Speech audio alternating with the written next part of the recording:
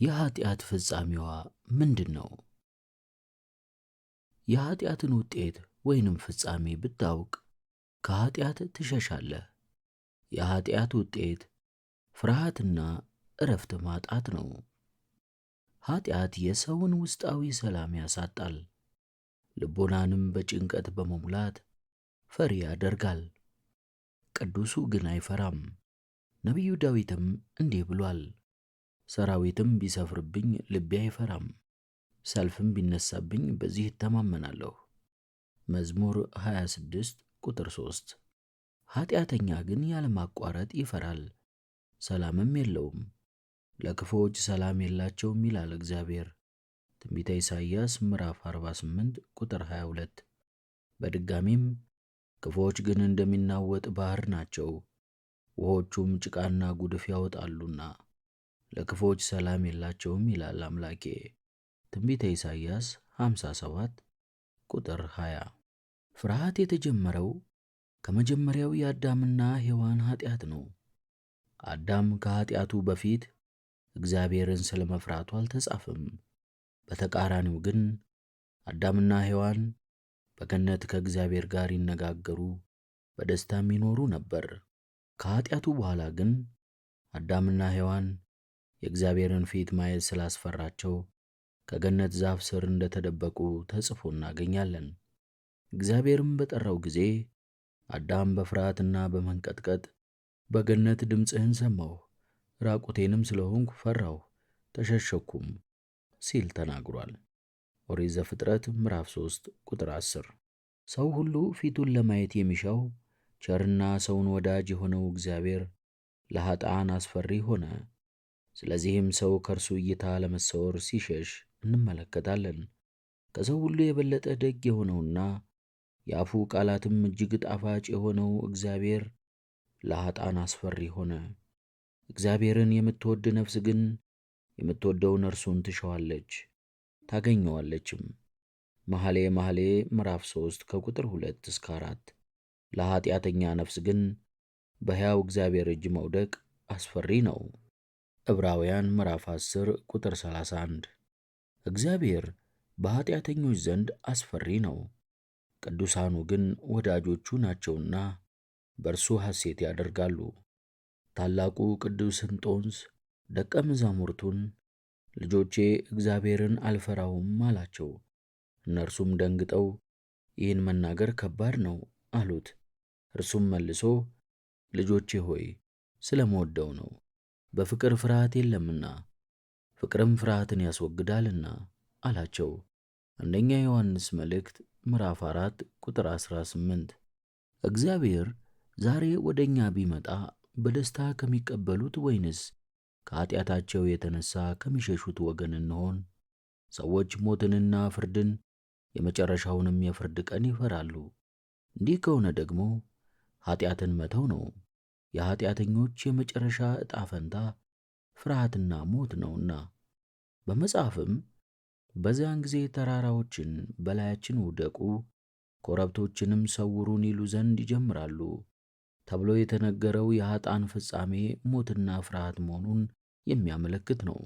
የሉቃስ ወንጌል ምዕራፍ 23 ቁጥር 30፣ ሆሴዕ ምዕራፍ 10 ቁጥር 8። ከዚህም በላይ ሞትን ሲሹ እንኳን የማያገኙት መሆኑን ቅዱስ መጽሐፍ በዚያም ወራት ሰዎች ሞትን ይፈልጋሉ አያገኙትምም፣ ሊሞቱም ይመኛሉ፣ ሞትም ከነርሱ ይሸሻል ሲል በይበልጥ ያብራራል። ራእይ ምዕራፍ 9 ቁጥር 6። አዳም ኃጢአትን በሠራ ጊዜ ከዚያ በፊት ያልነበሩት 3 ባሕርያትን ገንዘብ አደረገ። እነዚህም ፍርሃት፣ ድንጋጤና ሰላም ማጣት ናቸው።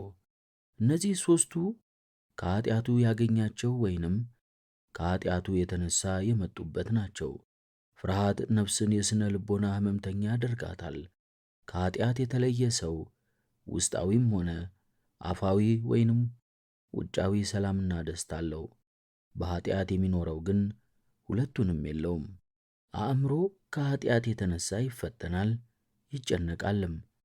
የጲላጦስ ታሪክ ለዚህ በቂ ማስረጃና ምሳሌ ይሆናል።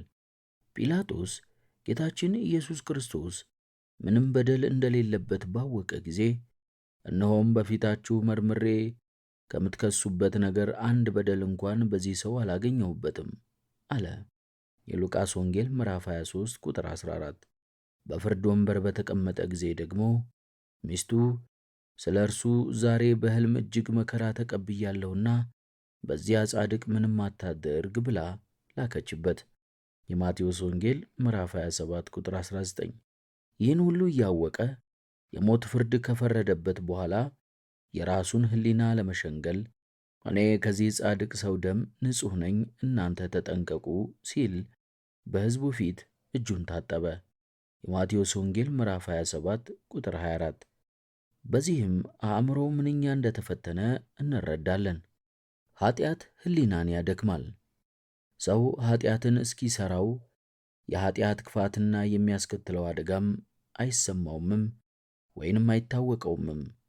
ምክንያቱም ኃጢአትን የሚያሠራው ክፉ መንፈስ ኃጢአትን እስኪፈጽም ወይንም ከፈጸመ በኋላ እስከ ጥቂት ጊዜ ድረስ አእምሮውን ስለሚገዛውና ሕሊናውን ስለሚያደነዝዘው ነው። የኃጢአትን አደጋ የሚረዳው ከዚህ ሲነቃ ነው።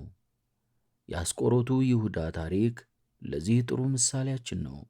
ይሁዳ ጌታውን አሳልፎ እስኪሰጥ ድረስ የሚሠራውን ሥራ አደገኝነት አያስተውለውም ነበር። ጌታውን አሳልፎ ከሰጠ በኋላ ወደ አእምሮ ሲመለስ ነው ጌታችን ይነግረው የነበረው ሁሉ ትዝ ያለው። የሉቃስ ወንጌል ምዕራፍ 22 ቁጥር 22፣ የማቴዎስ ወንጌል ምዕራፍ 26 ቁጥር 50፣ የሉቃስ ወንጌል ምዕራፍ 22 ቁጥር 48። ከዚህም በኋላ ኃጢአቱ ታየው። ማቴዎስ 27 ቁጥር 3። ነገር ግን ሕሊናው ሰላም አልነበረውም። ከሕሊናው ወቀሳ ለማምለጥ ሌላ ኃጢአት ይሠራ ዘንድ አሰበ። ይህም ተስፋ መቁረጥ ነው። ተስፋ በመቁረጡም ታንቆ ሞተ። የማቴዎስ ወንጌል ምዕራፍ 27 ቁጥር 5። የሕሊናው ድካም ሰላም ነስቶት ለሞት አበቃው። ከኃጢአት በኋላ ስላለው ፍርሃት፣ ድንጋጤና ሰላምና እረፍት ማጣት ሌላው ምሳሌ የቃየል ሕይወት ነው። ዘፍጥረት ምዕራፍ 4 ከቁጥር 13 እስከ 14። ቃየል ወንድሙን በግፍ በመግደሉ ያተረፈው አንዳችም ነገር የለም። ያተረፈው ነገር ቢኖር መጨነቅ፣ ሰላም ማጣትና ተቅበዝባዥ ሆኖ መኖርም ብቻ ነው። ለዚህም ነው በመጽሐፍ ለክፉዎች ሰላም የላቸውም ይላል እግዚአብሔር ተብሎ የተጻፈው። ኢሳይያስ 48 ቁጥር 22። ከዚህ በተቃራኒ ጻድቃን በሰላም በፍቅርና በደስታ ይኖራሉ። በቅዱስ መጽሐፍ የመንፈስ ፍሬ ግን ፍቅር፣ ደስታ፣ ሰላም ነው ተብሎ ተጽፏልና ገላትያ ምዕራፍ 5 ቁጥር 22። እንግዲህ ለኃጢአተኛ ማልቀስና ጥርስ ማፋጨት የማይቀርለት ከሆነ በዚህ ምድር እያለ መከራን ቢቀበል ይሻለዋል፣ በኋላኛው ሕይወት ተስፋ አለውና። በዚህ ምድር ቅጣቱን ካልተቀበለ ለቅሶና ጥርስ ማፋጨቱ በፍርድ ቀን ስለሚሆን ተስፋ አይኖረውም። ከዚህ በላይ ከጠቃቀስናቸው የኃጢአት ውጤቶች በተጨማሪ ደግሞ የሚከተሉትንም እናያለን።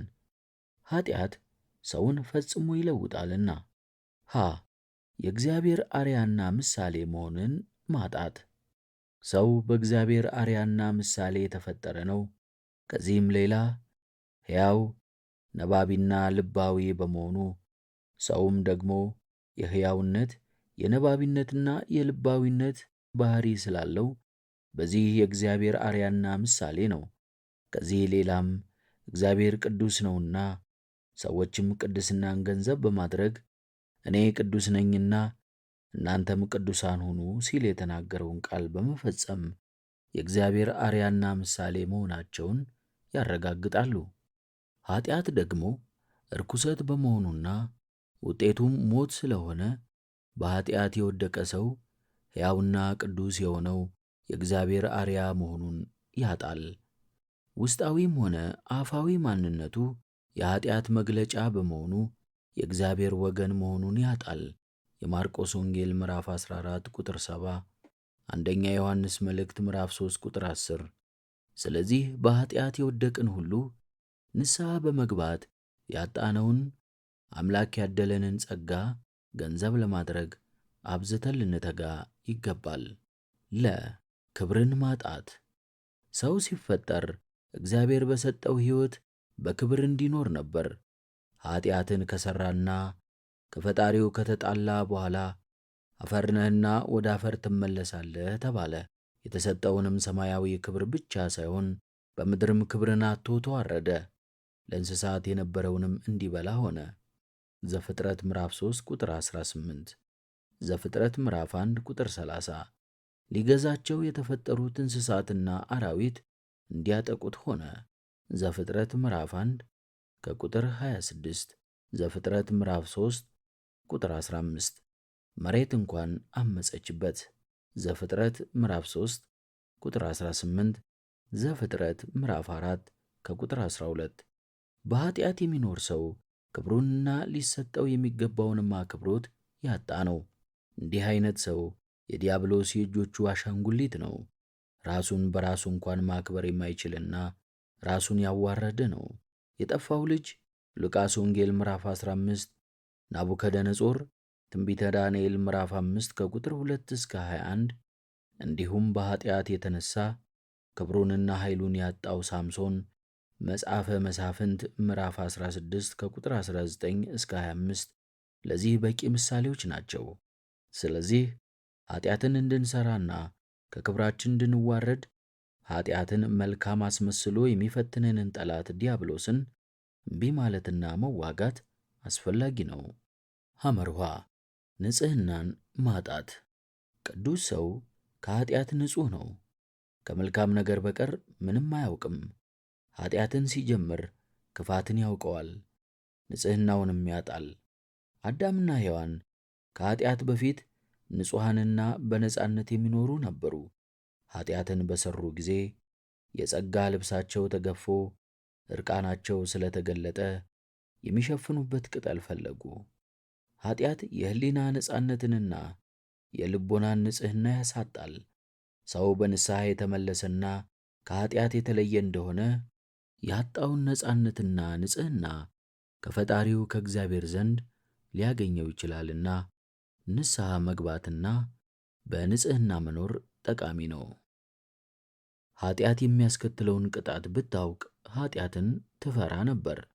እግዚአብሔር መሐሪና ለምሕረቱም ገደብ እንደሌለው ሁሉ ፍርዱም እውነትና ፍጹም መሆኑንና በደልን ይቅር የሚል ኃጢአትንም የማይወድ መሆኑን ማወቅ ይገባል።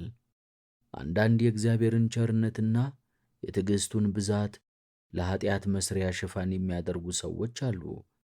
ኃጢአትን ለመሥራት ወይንም የሚኖሩትን የኃጢአት ሕይወት ላለመተው የእግዚአብሔርን ቸርነት ምክንያት ያደርጋሉ።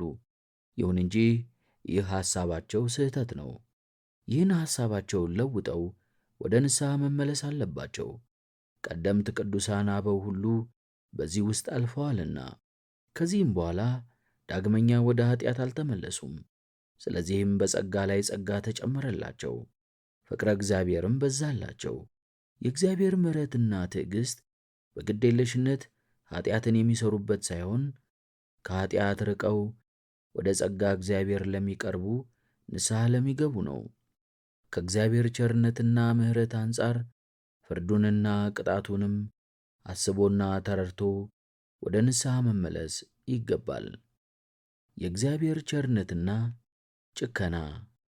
ታላቁ ሐዋርያ ቅዱስ ጳውሎስ እንግዲህ የእግዚአብሔርን ቸርነትና ጭከና ተመልከት፣ ጭከናው በወደቁት ላይ ነው፣ በቸርነቱ ግን ጸንተህ ብትኖር ቸርነቱ በአንተ ላይ ነው፣ ያለዚያ አንተ ደግሞ ትቈረጣለህ።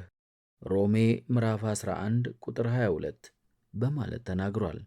የእግዚአብሔርን ቸርነት በመተማመን ጭከናውን መርሳት፣ ምሕረቱንም ተስፋ በማድረግ ፍርዱን ደግሞ መዘንጋት አይገባም። የእግዚአብሔር ምሕረቱ ትክክለኛ ነው። የእግዚአብሔር ጠባያት አንዱ ከሌላው የማይነጣጠሉ ናቸው። ስለዚህም እግዚአብሔር በምሕረቱ እውነተኛ ፈራጅ ነው፣ ፍርዱም በምሕረት ነው። የእግዚአብሔር ፍርድ ቸርነትን የተሞላ ነው። ቸርነቱ ወይንም ምሕረቱም በቅን ፍርድ ላይ የተመሠረተ ነው። በዚህም ምክንያት የእግዚአብሔርን ምሕረትና ፍርዱን መነጣጠል አይቻለንም። ይህ የእግዚአብሔር ምሕረትና በቅን ፈራጅነት መዋሃድ የማዳን ሥራ ሁሉ መሠረት ነው። የእግዚአብሔር ምሕረት ከቅን ፍርዱ ተለይቶ በራሱ የቆመ ቢሆን ኃጢአታችሁ ተሰረየላችሁ በማለት ብቻ ምሕረቱን ማደል በቂ ነበር። እናም ሁሉም ነገር ክርስቶስ መሰቀል ሳያስፈልገው ያበቃ ነበር። ነገር ግን እግዚአብሔር በምሕረቱ ኃጢአትን ይቅር አለ፣ በፈራጅነቱም የኃጢአታችንን ዋጋ ከፈለ። እግዚአብሔር ቅን ፈራጅ በመሆኑ ሥጋን ተዋህዶ ሰው በመሆን ሞተልን። የኃጢአታችንንም ዋጋ እርሱ መሥዋዕት ሆኖ ከፈለልን። በእግዚአብሔርና በሰው መካከል ባለው ግንኙነት የእግዚአብሔርን አመለካከት በመስታወት ፊቱን በሚያይ ሰው ሁኔታ መረዳት ይቻላል። መስታወት በፊቱ የቆመውን ሰው ገጽ እንደሚያሳይ እግዚአብሔር በፊቱ በቆምን ጊዜ ውስጣዊ ማንነታችንን፣ ገጻችንን ያሳየናል። ንስሐ ገብተን ከፊቱ ብንቆም የእግዚአብሔርን ቸርነቱን እናያለን። በግዴለሽነት የምንኖር ንስሐ የማንገባ ሆነን በፊቱ ብንቆም ደግሞ በጭካኔውና በፈራጅነቱ እግዚአብሔርን እናየዋለን። ከዚህ የተነሳ እግዚአብሔር ለሚወዱት ቸር፣ ለኃጢአተኞቹ ደግሞ ንስሐ ለማይገቡት ጨካኝ ፈራጅ ነው። ይህን የእግዚአብሔርን ቸርነትና ጭከና ለሁለቱ ማርያሞች በጌታችን ኢየሱስ ክርስቶስ በመቃብር በተገለጠው መልአክ መረዳት እንችላለን። መልአኩ ለመቃብሩ ጠባቂዎች አስደንጋጭና አስፈሪ ነበር። ጠባቆቹም እርሱን ከመፍራት የተነሳ ተናወጡ፣ እንደ ሞቱም ሆኑ። የማቴዎስ ወንጌል ምዕራፍ 28 ቁጥር 4። ይሄው መልአክ ሁለቱን ሴቶች የሚያስደስት ዜና ነገራቸው፣ የደስታቸው ምንጭም ሆነ። እናንተስ አትፍሩ፣ የተሰቀለውን ኢየሱስን እንድትሹ አውቃለሁና እንደ ተናገረ ተነስቶአልና በዚህ የለም አላቸው። የማቴዎስ ወንጌል ምዕራፍ 28 ከቁጥር 5 እስከ 6። የእግዚአብሔርን ቸርነትና ጭከና በአጠቃላይ በቅዱሳን መላእክት አገልግሎትና በተልእኮአቸው ውስጥ እናየዋለን። ሁላችንም ብንሆን ስለ ምሕረት መላእክት እናውቃለን።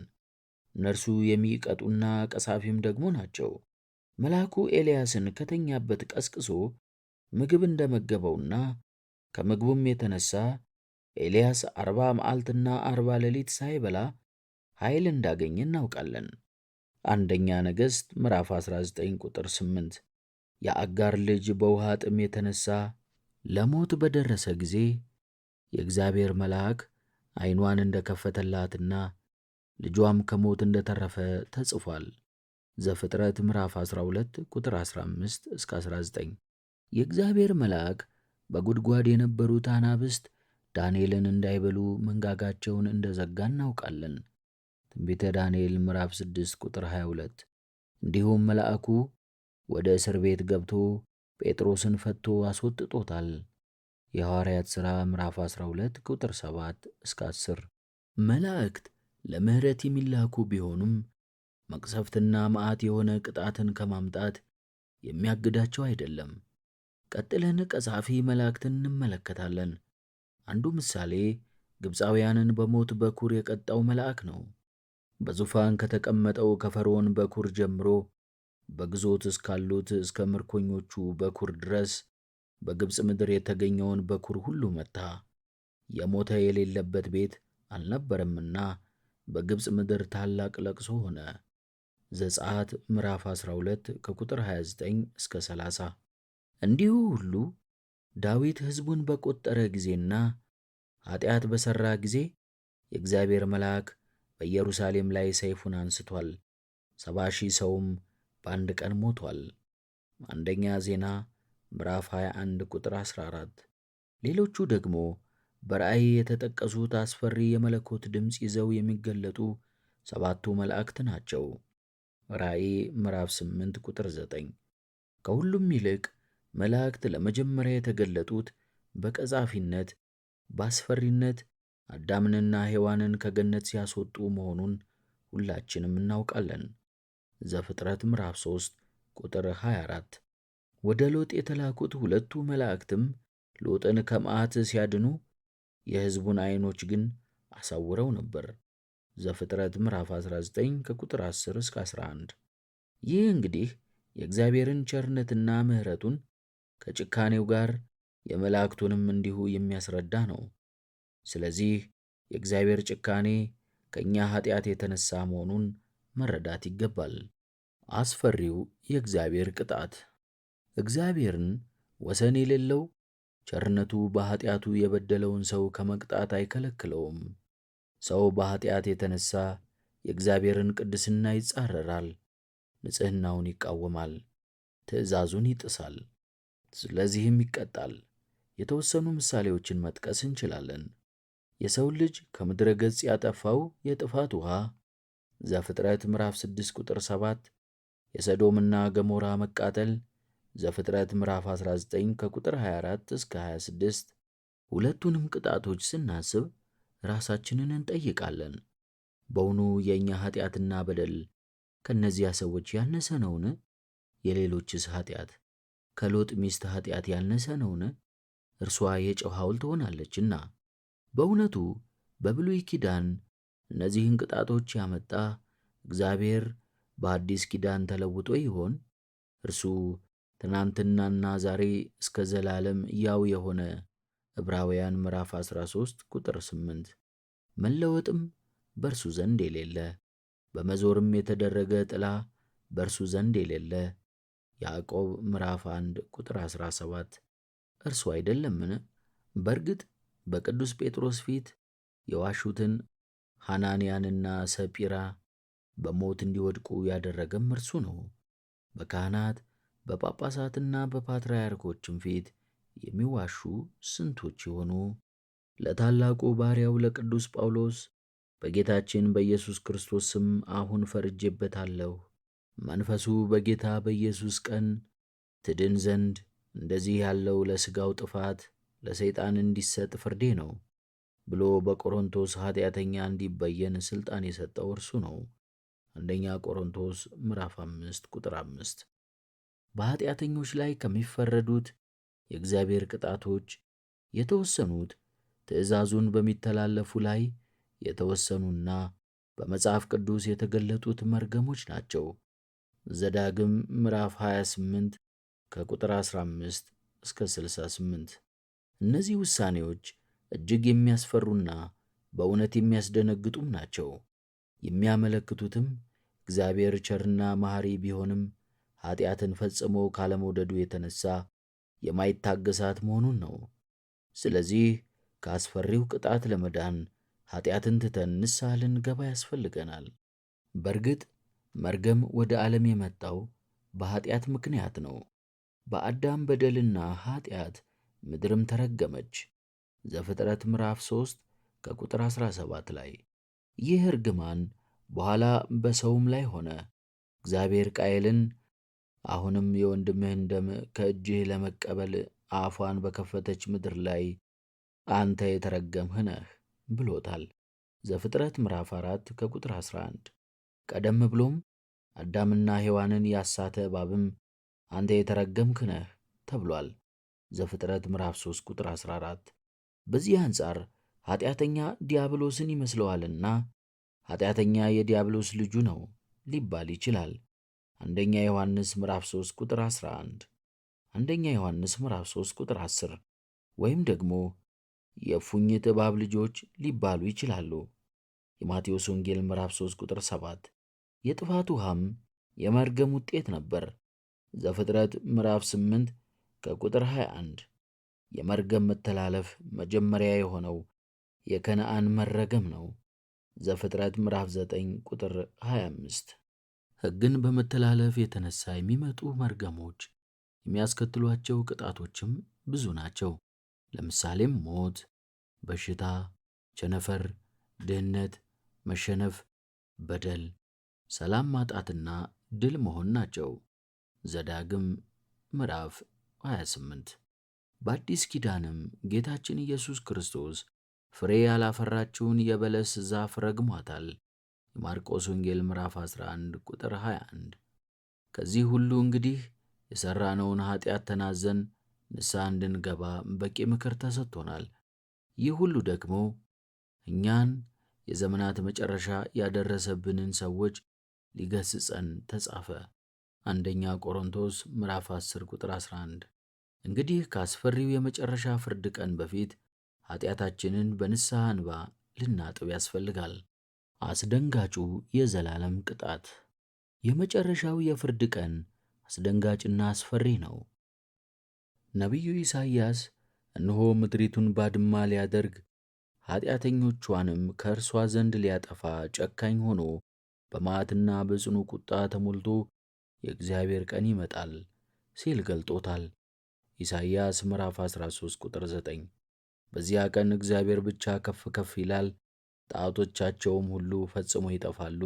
እግዚአብሔርም ምድርን ያናውጥ ዘንድ በተነሳ ጊዜ ሰዎች ከማስደንገጡና ከግርማው ክብር የተነሳ ወደ ድንጋይ ዋሻና ወደ ምድር ንቃቃት ውስጥ ይገባሉ።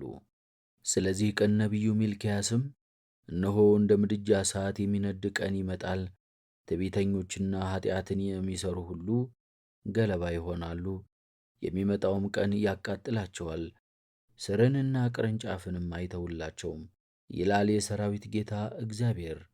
ሚልክያስ ምዕራፍ 4 ቁጥር 1 በማለት ተናግሯል።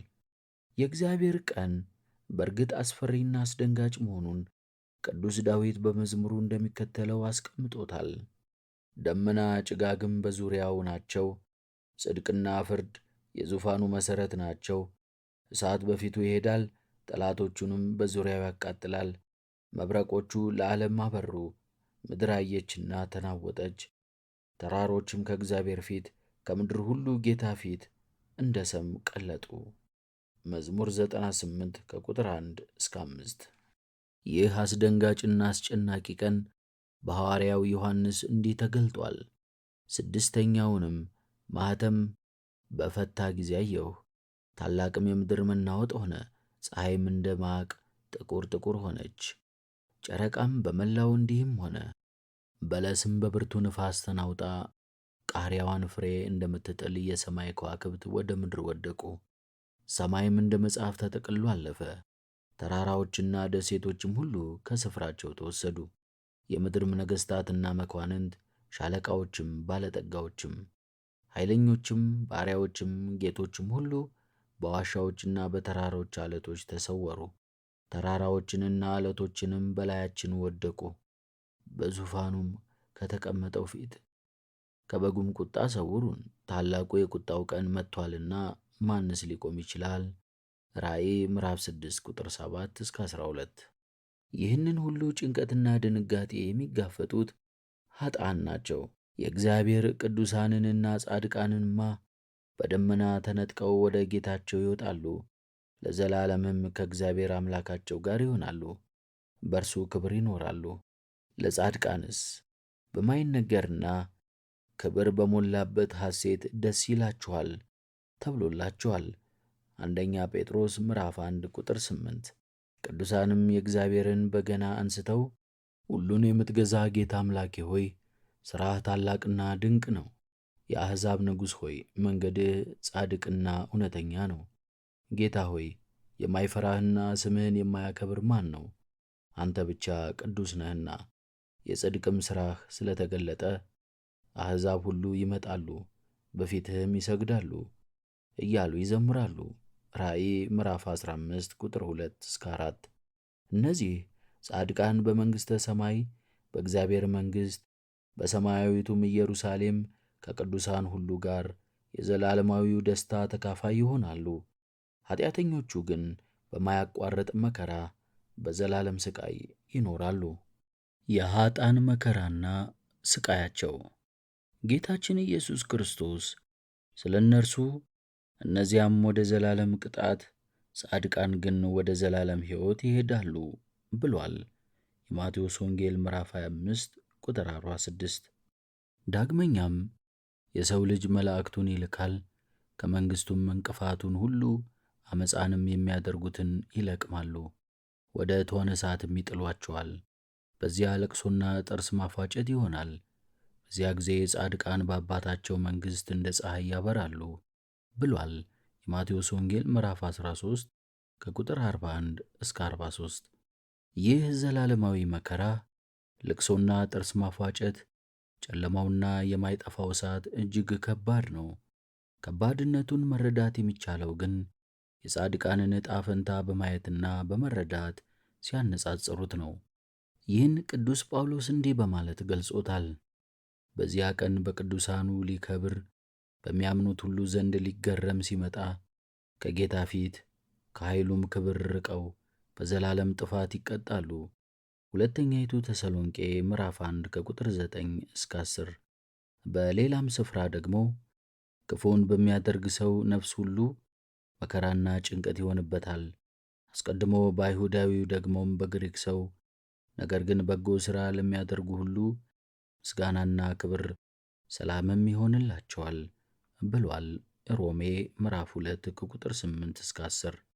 ሐዋርያው ቅዱስ ጳውሎስ የእውነትን ዕውቀት ከተቀበልን በኋላ ወደን ኀጢአት ብናደርግ ከእንግዲህ ወዲህ ስለ ኀጢአት መሥዋዕት አይቀርልንምና የሚያስፈራ ግን የፍርድ መጠበቅ ተቃዋሚዎቹን ሊበላ ያለው የእሳት ብርታት አለ ሲል የተናገረው ቃል አስደንጋጭና አስጨናቂ ለመሆኑ ጥርጥር የለውም።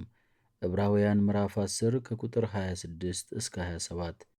ይህንንም ለማረጋገጥ የሙሴን ሕግ የናቀ ሰው 2 ወይም 3 ቢመሰክሩበት ያለ ርኅራኄ ይሞታል።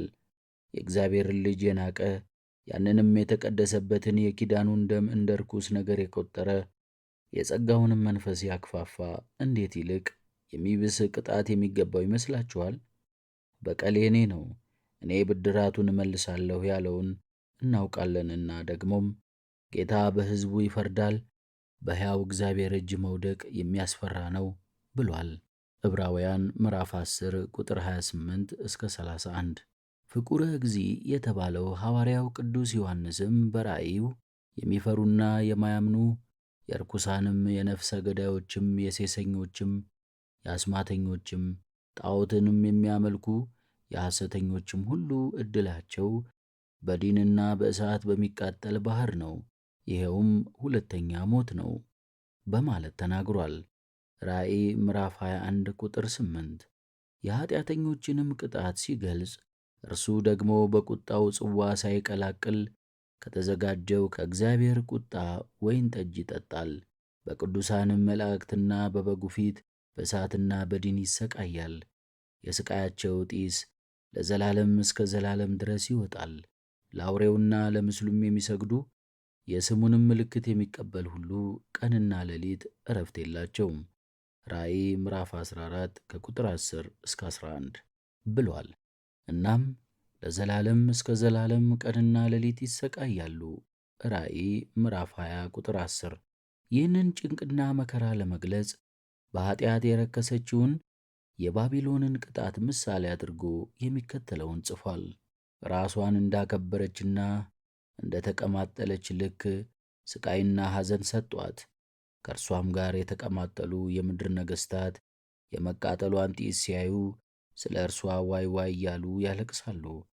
ሥቃይዋንም ከመፍራት የተነሣ በሩቅ ቆመው አንቺ ታላቂቱ ከተማ፣ ብርቲቱ ከተማ ባቢሎን ወዮልሽ፣ ወዮልሽ፣ በአንድ ሰዓት ፍርድሽ ደርሷልና እያሉ ይናገራሉ። ራእይ ምዕራፍ 18 ከቁጥር 7 እስከ 10። ይህ ፍርድና ቅጣቱ ምንኛ የሚያስፈራ ነው! ሰው የሠራውና የተናገረው ሁሉ አንድም ሳይቀር በሰዎችና በመላእክት ፊት ሲገለጥ እጅግ አሳፋሪ ነው። በዚያች ሰዓት ማን ሊሰወር ማንስ ሊደበቅና ሊያመልጥ ይችላል? እግዚአብሔር ኀጢአተኛውን አይምረውም። በንስሐ ቢመለስ ግን ምሕረትን ያደርግለታል። በዚያ የፍርድ ቀን በሁሉ ግንባር የሁሉ ሥራ ሲገለጥ እጅግ የሚያስፈራና የሚያስደነግጥ ነው። ዛሬ በዚህ ምድር ኃጥኡም ጻድቁም ተደብላልቆ ሁሉም አብሮ ይኖራል። ያን ጊዜ ግን እንዲህ አይደለም። እግዚአብሔር ምርቱን ከግርዱ ፍሬውን ከገለባው በጉን ከፍየሉ የቀኙን ከግራው በዘላለም ሕይወት የሚኖሩ ቅዱሳንንና ጻድቃንንም ከኀጢአተኞቹ ይለያል። በኀጢአተኞቹና በቅዱሳን መካከል ኅብረትና አንድነት ፈጽሞ አይኖርም። ኀጣንንም ከፊቱ ያባራቸዋል። በወንጌል እንዳለው እንደ አልዓዛር ሁሉ የጻድቁ ነፍስ ከቀደሙት ቅዱሳን አበው ከነቢያት፣ ከሐዋርያት፣ ከሰማዕታት ከሊቃውንትና ከቅዱሳን መላእክት እቅፍ ታርፋለች። በሰማይም ታላቅ ደስታ ይደረጋል። ጻድቁም የቅዱሳን ጻድቃንና የመላእክት አንድነት አባል ይሆናል። ኃጥኡ ግን ዕድል ፈንታው ከጻድቃኑ ተለይቶ በውጪ በጨለማ መኖር ስለሆነ ከጻድቃንና ከቅዱሳን መላእክት ጋር ወዳጅነትና ኅብረት የለውም። በመጽሐፍ በግልጽ እንደተጻፈ እንዲህ ይላል፣ ነዌም እየጮኸ አብርሃም አባት ሆይ ማረኝ፣ በዚህ ነበልባል እሰቃያለሁና የጣቱን ጫፍ በውሃ ነክሮ ምላሴን እንዲያበርድልኝ አልዓዛርን ስደድልኝ አለ። አብርሃም ግን ልጄ ሆይ አንተ በሕይወትህ ሳለህ መልካም እንደ ተቀበልህ አስብ፣ አልዓዛርም እንዲሁ ክፉን ተቀበለ። አሁን ግን እርሱ በዚህ ይጽናናል፣ አንተም ትሰቃያለህ። ከዚህም ሁሉ ጋር ከዚህ ወደ እናንተ ሊያልፉ የሚፈልጉ እንዳይችሉ፣ ወዲያ ያሉ ደግሞ ወደ እኛ እንዳይሻገሩ በእኛና በእናንተ መካከል ታላቅ ገደል ተደርጓል አለ። የሉቃስ ወንጌል ምዕራፍ 16 ከቁጥር 22 እስከ 26። ኃጢአትም ቅዱሳንንና እግዚአብሔርን ማጣት ስለሆነ ኃጥአን ከቅዱሳን ጋር አንድነት የላቸውም። ሁለቱ የኃጢአት ቅጣቶች ምድራዊና ዘላለማዊ። ሰው በንስሐ አማካኝነት ከዘላለማዊ ቅጣት ሊድን ይችላል። ነገር ግን በእግዚአብሔር የተወሰነበትን ምድራዊ ቅጣት መቀበል ይኖርበታል። ለምሳሌ የመጀመሪያዎቹ ወላጆቻችን አዳምና ሔዋን በበደሉት በደል የተነሳ የሞት ፍርድ ተፈረደባቸው። ከዚህ የዘላለም የሞት ፍርድ ሞትን በሞቱ አጥፍቶ ስለ እነርሱ ኃጢአት እርሱ መከራን ተቀብሎ መድኃኔ ዓለም ነፃ ወጣቸው። ይሁን እንጂ በምድር ላይ ሊቀበሉት የተወሰነባቸውን ቅጣት ከመቀበል አላመለጡም። እግዚአብሔር አምላክ ምድር ካንተ የተነሣ የተረገመች ትሁን፣ በሕይወት ዘመንህም ሁሉ በድካም ከእርሷ ትበላለህ፣ ወደ መጣህበት መሬት እስክትመለስ ድረስ በፊትህ ወዝ እንጀራህን ትበላለህ በማለት ረግሟቸዋልና። ዘፍጥረት ምዕራፍ 3 ከቁጥር 17 እስከ 19። አባታችን አዳም የተቀጣው ይህ ምድራዊ ቅጣት በመስቀል ላይ ካሳ ከተከፈለልን በኋላ እንኳን ዛሬም በሰው ሁሉ ላይ ይሠራል። በሔዋንም አስቀድሞ በሴቶች ያልነበረ ምጥና ጣር ከያኔ ጀምሮ ተፈረደባት። ዛሬም በእናቶቻችንና በእህቶቻችን ያለና የምናየው ነው። ከዚህም ሰው በንስሐ አማካኝነት ከሰማያዊው ዘላለማዊ ቅጣት ቢድንም በምድር ላይ ሳለ ደግሞ ምድራዊ ቅጣቱን መቀበሉ የማይቀር መሆኑን እንገነዘባለን። የተለያዩ አይነት ምድራውያን ቅጣቶች አሉ። ከኃጢአት የተነሳ የሚመጣ እግዚአብሔር የሚያመጣው ቁጣ፣ ማኅበረሰቡ፣ የፍትሐ ብሔር ሕግና ቤተ ክርስቲያን የሚያመጡት ቅጣቶች ናቸው። ሀ ከኃጢአቱ ባሕሪ የሚመነጭ ቅጣት። ዘማዊው ሰው በአባላዘር በሽታ ይቀጣል።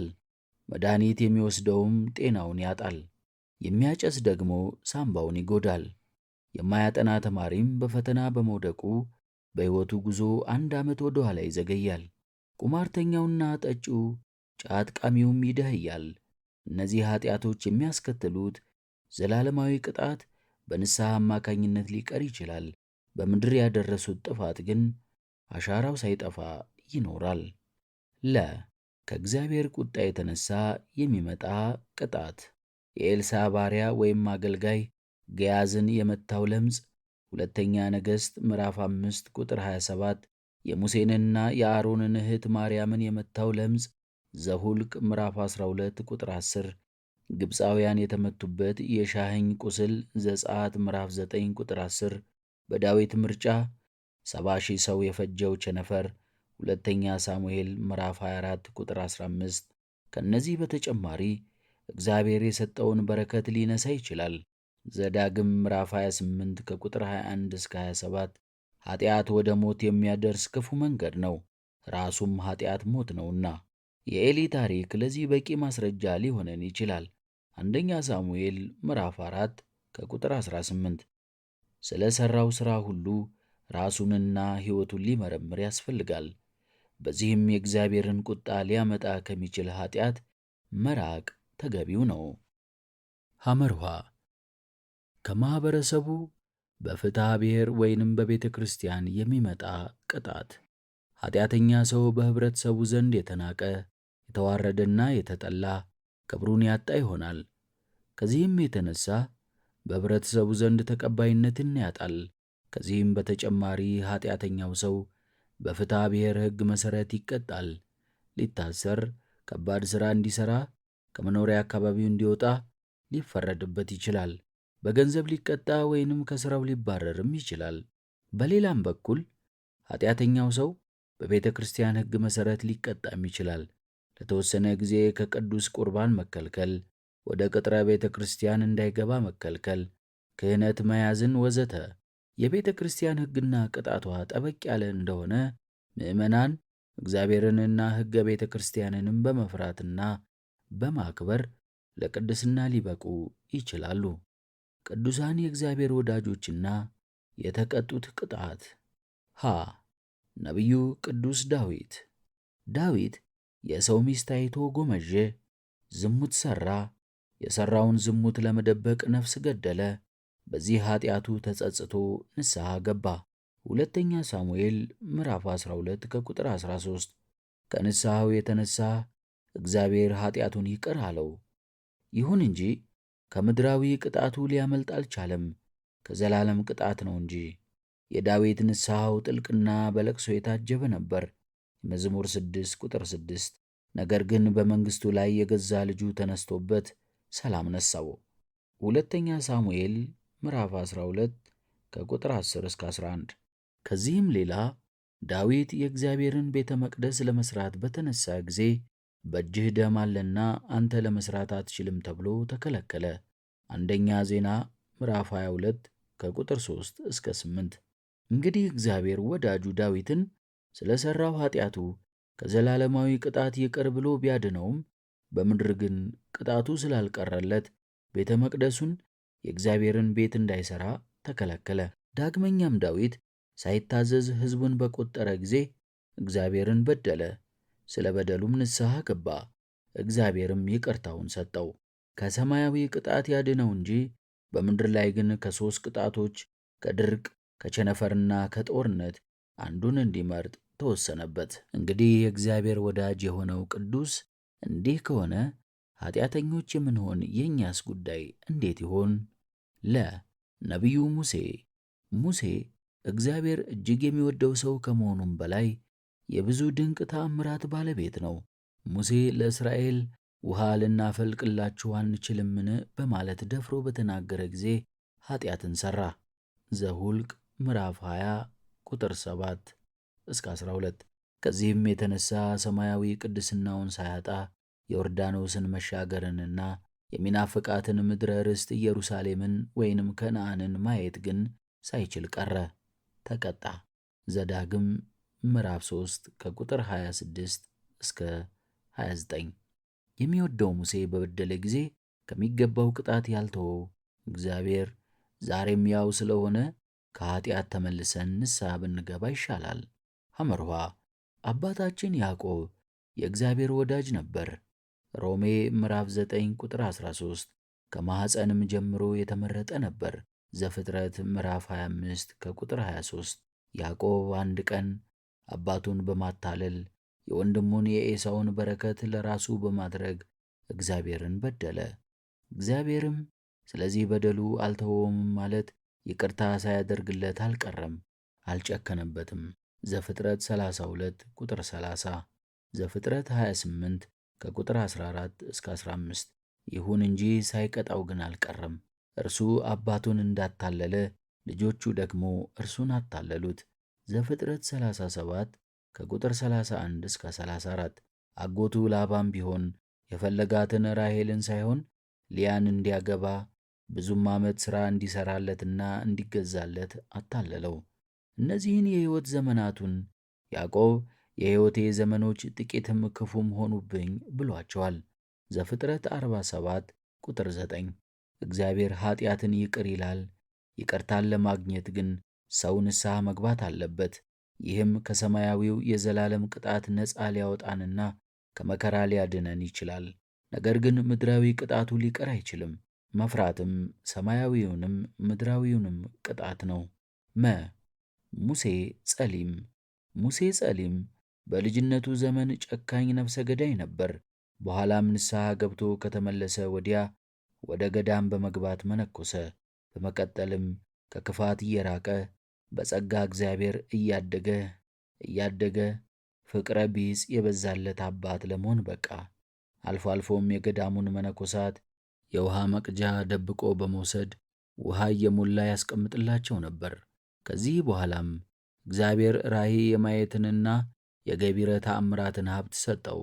በቅድስናውም ወደ ብቃት እየደረሰ ለብዙዎቹም የሚመክር መንፈሳዊ አባት ሆነ። ቆይቶም የቅስና ማዕረግ ተሰጠው። ከዚህ ወዲያማ ከጥቂቱ የበረሃ ምሰሶዎች መካከል አንዱ ሆነ። ከዚህ ሁሉ የንስሐ ሕይወት ቅድስናና የጸጋ ስጦታ ባሻገር እግዚአብሔር የቀደመውን ኀጢአቱን የረሳለትና ምድራዊ ቅጣቱን የተወለት ይመስለን ይሆናል። አይደለም። ሙሴ ጸሊም የነበረበት ገዳም በወንበዴዎች ተወረረ። መነኮሳት ሁሉ ሸሹ፣ እርሱንም እንዲሸሽ ለመኑት። አባታችን ሙሴ ጸሊም ግን በልጅነቴ ብዙዎችን ገድያለሁና ይገሉኝ ዘንድ ይገባል፣ መጽሐፍ ሰይፍን የመዘዘ በሰይፍ ይጠፋል ብሏልና አላቸው። የማቴዎስ ወንጌል ምዕራፍ 26 ቁጥር 52 እንደተናገረውም በሥጋ ሞተ። 5. ሌሎች ለንስሐ የሚያበረታቱ ነገሮች። እስካሁን ድረስ ሰውን ከልቡ መንጭተው ለንስሐ የሚያበቁትን ነጥቦች በየደረጃው ተመልክተናል። ከዚህ ሌላ ደግሞ ሰውን ወደ ንስሐ የሚያደርሱት ውጫዊ ነገሮች አሉ። እነዚህም የሚከተሉት ናቸው። በጸጋ መጎብኘት። እግዚአብሔር ሰዎች ሁሉ ሊድኑና እውነትን ወደ ማወቅ ሊደርሱ ይወዳል። አንደኛ ጢሞቴዎስ ምዕራፍ 2 ቁጥር 4። ጸጋውም ኃጢአተኞችን ሁሉ ወደ ንስሐ ትጠራለች፣ ስለ በጎ ፈቃዱ መፈለግንም ማድረግንም በእናንተ የሚሠራ እግዚአብሔር ነውና ተብሎ እንደተጻፈ ፊልጵስዩስ ምዕራፍ 2 ቁጥር 13። ለምሳሌ ጳውሎስ የተባለው ሳኦል አስቀድሞ ተሳዳቢና አሳዳጅ ክርስቲያኖችንም የሚያንገላታ ነበረ። አንደኛ ጢሞቴዎስ ምዕራፍ 1 ቁጥር 13። በመጨረሻ ግን እግዚአብሔር በደማስቆ መንገድ ተገልጦለት ሳኦል ሳኦል ስለምን ታሳድደኛለህ? የመውጊያውን ብረት ብትቃወም ለአንተ ይብስብሃል በማለት ገሠጸው። የሐዋርያት ሥራ ምዕራፍ 9 ቁጥር 5። ሳኦል ቤተ ክርስቲያንን ማሳደዱንና ክርስቲያኖችን መክሰሱን የተወው ከልቡ ሽቶት አይደለም፣ የእግዚአብሔር ጸጋ በጊዜው ጠርቶት እንጂ። ጌታችን ኢየሱስ ክርስቶስ በቸርነቱ ታረቀው፣ ለታላቅ አገልግሎትና ለሐዋርያነት ጸጋም ጠራው። ሌላው ምሳሌ ነቢዩ ዮናስ ነው። ወደ ነነዌ ሄዶ የታዘዘውን ላለመፈጸም ከእግዚአብሔር ፊት ሸሸ። እግዚአብሔር ይቅር ያለ እንደሆነ የእኔ ቃል ሐሰት ይሆናል ብሎ፣ በእርግጥም እግዚአብሔር የነነዌን ሰዎች ንስሐ ተቀብሎ ይቅር ባላቸው ጊዜ ዮናስ ከከተማው ውጪ ተቀምጦ አቤቱ አንተ ቸርና ይቅር ባይ ነህ፣ ታጋሽም ምሕረትህም የበዛ ከክፉም ነገር የተነሣ የምትጸጸት አምላክ እንደሆንክ አውቄ ነበርና አሁንም አቤቱ ከሕይወት ሞት ይሻለኛልና እባክህ ነፍሴን ከኔ ውሰድ አለ። ዮናስ ምዕራፍ 4 ቁጥር 1 እስከ 3። በዚህ ሁኔታ እያለም የእግዚአብሔር ጸጋ ጎበኘው ከሐዘኑ ይጽናና ዘንድ። እግዚአብሔርም ዮናስ ወደ ልቡ ተመልሶ ንስሐ እስኪገባ ድረስ በቃሉ ያነጋግረው ነበር። ነቢዩንም የእግዚአብሔር ጸጋ በድምፁ ውስጥ ጎበኘው፣ ከፈጣሪውም እንዲታረቅ መንገድ ሆነው። ሰውን ወደ ንስሐ ለመጥራት እግዚአብሔር ሰውንም ሊልክ ይችላል። ነቢዩ ዳዊት በበደለ ጊዜ እግዚአብሔር ናታንን ወደ ዳዊት ልኮታል፣ ወደ ንስሐ እንዲመለስ ይመክረው ዘንድ። ሁለተኛ ሳሙኤል ምዕራፍ 12 ከቁጥር 13፣ መዝሙር 6። ይህ የዳዊት የጳውሎስና የዮናስ ንስሐ ውስጣዊ አይደለም። ለንስሐ ያበቃቸው ከእነርሱ ውጭ የሆነ በጸጋው የጎበኛቸው የእግዚአብሔር ኃይል ነው። ሰዎች ሁሉ ሳናስበው ከእግዚአብሔር የተላኩልንን ሰዎችና የተናገሩንን ቃላት ሳንቀበል በመቅረታችን የእግዚአብሔር ጥሪ ሊያልፈን ይችላልና ጸጋው ሲጎበኘን በእንቢታ ወይንም በግዴለሽነት እንዳንጎዳ መጠንቀቅ ይገባል። የእግዚአብሔር ጸጋ የሚገለጥበት እግዚአብሔርም ሰውን የሚጎበኝበት መንገድ አይታወቅምና። የእግዚአብሔር ጸጋ በደስታ ብቻ ሳይሆን በመከራና በደዌም ሊጎበኝ ይችላል። ጠላትንም በሰው ላይ በማስነሳትም ወደ ንስሐ ይጠራል። በዚህም የተነሳ ክርስቲያኖች እግዚአብሔር ሲጠራቸው በጥንቃቄና በማስተዋል የጥሪውን ድምፅ የሚጠብቁና የሚያዳምጡ መሆን አለባቸው። ይህችን የእግዚአብሔርን የጸጋ ጉብኝት በንቃት ልንጠብቃትና በማስተዋል ልንከታተላት ይገባል። አንዳንድ ሰዎች የእግዚአብሔርን ጸጋ ከራሳቸው ያሳድዳሉ። በቅዱስ ጳውሎስ አድሮ የእግዚአብሔር ጸጋ ሲጎበኘው ፊሊክስ አሁንስ ሂድ በተመቸኝም ጊዜ ልኬ ያስጠራሃለሁ ብሎ የእግዚአብሔርን ጸጋ ከራሱ አሳዷል። የሐዋርያት ሥራ ምዕራፍ 24 ቁጥር 25። እኛ ግን እግዚአብሔር ሲናገረን በጸጋም ሲጎበኘን ልቦናችንን ከፍተን ወደ ንስሐ ልንመጣ ያስፈልጋል። አግሪጳ እንደተለወጠው ሁሉ የሐዋርያት ሥራ ምዕራፍ 26 ቁጥር 28 የእግዚአብሔርን የጸጋ ጉብኝት ማስተዋልና ጥሪውን መስማት በልቦና ውስጥ የመዳን ተስፋ እንዲፈነጥቅ ያደርጋል። ስለዚህ ጆሮዎቻችንና ልቦናችን የእግዚአብሔርን የጸጋ ጥሪ ለማድመጥ የተከፈቱ መሆን አለባቸው። እኛም እግዚአብሔር በተለያየ መንገድ ሰዎችን በጸጋ እንደሚጎበኝ ማወቅ ይኖርብናል።